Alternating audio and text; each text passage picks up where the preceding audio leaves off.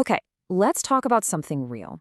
This one's for anyone out there who's ever felt like you're a burden just for asking for a little help. You know that feeling when you hesitate to ask someone to repeat themselves because you're scared of how they'll react? Yeah, stick with me. We're going to take that fear apart piece by piece. Do any of these thoughts hit a little too close to home? You're such a burden. You're just slow. Ugh, you're not even listening. That's that nasty little voice in your head, right? It just loves to pop up the second we need something explained, maybe a second or, a third time. It feels awful. It feels really isolating. But believe me, it's so common. I mean, I can so clearly remember this one time. I was in this huge project meeting. My manager was just machine gunning like a dozen steps for some new process. And my brain totally short-circuited back on step 2. The idea of actually raising my hand and being like, sorry, can we go back, was just terrifying. I could feel the eye rolls. The thought of being that person, the one slowing everybody down, it was just paralyzing. So let's actually give this thing a name. Let's call it the trauma of the sigh. You know what I'm talking about. That tiny little puff of air, that huff of frustration you get from a teacher, a boss, maybe even someone you love. It's just a sound, right? But oh my gosh, it says so much without a single word. It screams impatience, disappointment, judgment.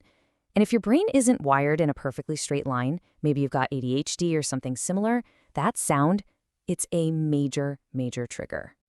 And what happens when you hear this sigh over and over and over again? Well, you start building something. Let's call it the shame wall. Brick by brick, every bad reaction adds to this invisible barrier. It's a defense mechanism, right? You just decide, you know what, it's safer to just nod and pretend I get it. So you stop asking for help, you start guessing, you make mistakes, and boom, more shame. Another brick in the wall. It's just a brutal cycle. Okay, but what if you had a teacher that literally could not sigh?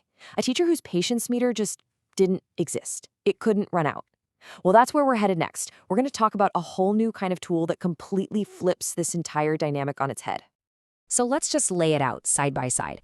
A human teacher versus an AI teacher. A person, look, their ego can get bruised, their patience absolutely has a limit, and yeah, they might judge you. An AI, it has zero ego. Its patience is infinite, and it will never judge you. It doesn't get tired, it can't get frustrated. It is literally incapable of thinking you're being stupid. And this brings us to the big idea for today. It's called the 50x rule. Now, think of this as a new rule for your brain. It's a mental framework that gives you total permission to be relentless. I mean, relentless in getting the answers you need. It means you can ask an AI to explain something 50 different ways.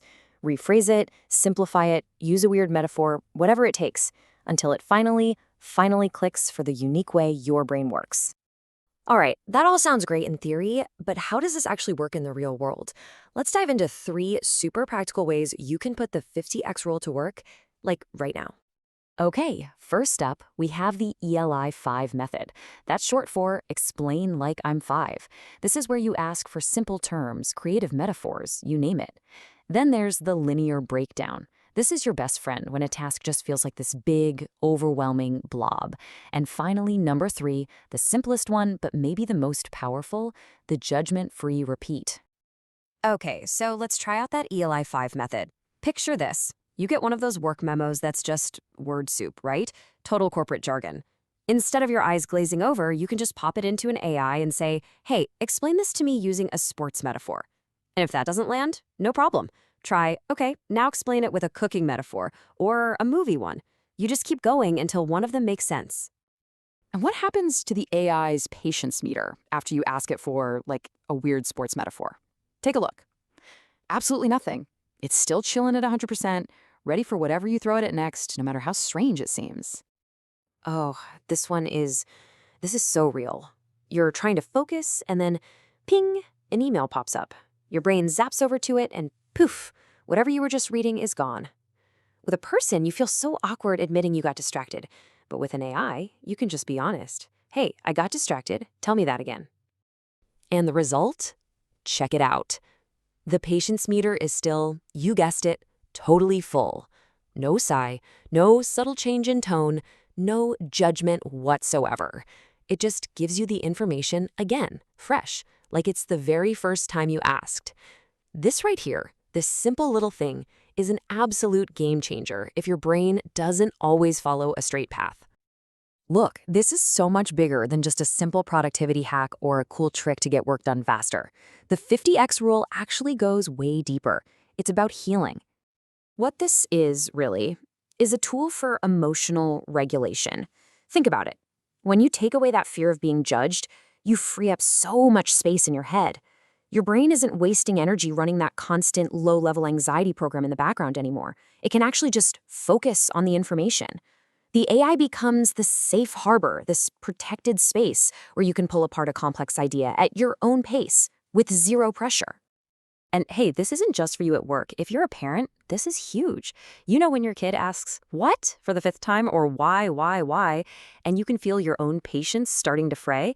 Instead of letting that turn into a fight, you can literally just hand them the AI and say, "Go ahead, ask it 50 times. It saves your relationship and it empowers them to become independent learners. It's a win-win. So, what this really does is completely reframe how you think about learning. The AI is not your boss. It is not your judge. You need to think of it as your own personal professor, and you are 100% the boss. It's a tool that exists to serve you and the unique way your brain is wired, not the other way around. So I want to leave you with this question. Just really think about it. What could you master if shame was completely off the table? If that fear of asking, that feeling of being slow, what if it just vanished? What's that one complex thing you'd finally go after? What subject would you just dive into head first? Because that's what the 50x rule really gives you. It's not just about answers. It's about permission. Permission to be curious again, totally and completely without fear.